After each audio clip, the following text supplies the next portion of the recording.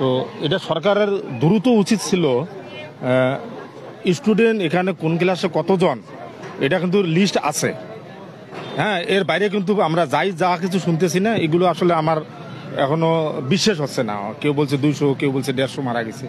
কিন্তু আমরা যতটুকু বুঝি বা যতটুকু জানি, প্রত্যেকটা ক্লাসে 30-35 জন বাচ্চা থাকে। এর মধ্যে কোর্সিং যারা ছিল, কোর্সিং করা এখানে ওই বাচ্চাগুলো ছিল, তাহলে 50% বাচ্চা হয়তো চলে গেছে। তো সর্বোপরি 3টে ক্লাসে আক্রান্ত হচ্ছে যত সম্ভব। 3টে ক্লাসে মনে করেন বাচ্চার 60-70 জন যা ছিল আর কি, এতটুকুই। তার মধ্যে তো 30-35 জনে মারার খবর শোনা যাচ্ছে, সরকারিভাবে 28-30 জনের মতো শোনা যাচ্ছে। মেডিকেলে, বিভিন্ন মেডিকেলে হয়তো আছে বাকিগুলো।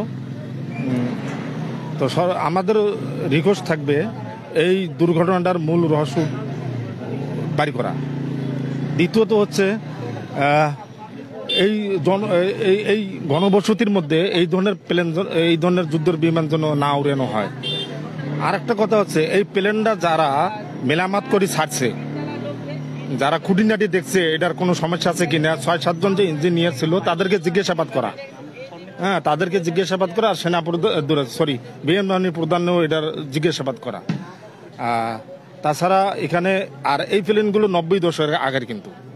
হ্যাঁ, তো বাংলাদেশে কি আর কোনো ডিস্ট্রিক্ট নাই, যশোর টশোর নাই, এগুলো দিয়ে তারা এই ওদিকে একটা রাস্তা করি ওখানে প্রশিক্ষণ নিতে পারে না? ঘনবসতিতে আসতে হবে। আজকে যে এই দুর্ঘটনাটা ঘটলো, কত মায়ের বুকের মনে করেন বাচ্চাদের যে আর্তনাদ, অভিভাবকদের, এগুলো সহ্য করার মতো না। যেহেতু আমার বাচ্চা এখানে পড়ছে, একটা এই প্রতিষ্ঠানের উপরে আমাদের একটু মহব্বত আছে, ভালোবাসা আছে। তো সর্বোপরি আমাদের এতটুকুই অনুরোধ, এখানে যে মৃত্যুর বিষয়টা নিয়ে ধোঁয়াশা, এটার জন্য সত্যিকারে বাইর করতে, এটা বাইর করার কোনো বিষয় না। তো আমরা কেন বুঝি না, আমরা যারা শিক্ষিত সচেতন নাগরিক কেন বুঝি না? এখানে কেউ বলছে 200, কেউ বলছে 150, এগুলো কিভাবে বলে?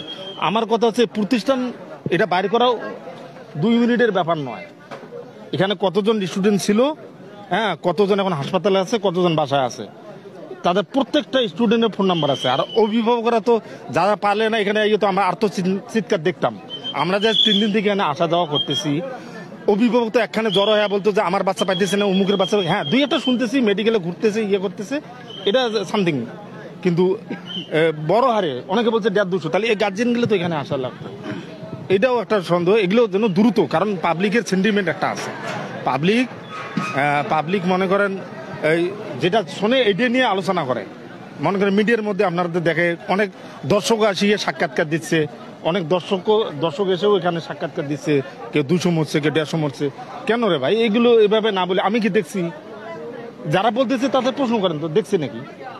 তো যাই হোক, গুজব না ছড়াই, সত্যিকারের বিষয়টা আমরা জানতেছি, এইটাই। আর ইউনূস সরকারে বলতে চাই যে দ্রুত এটার একটা সমাধান।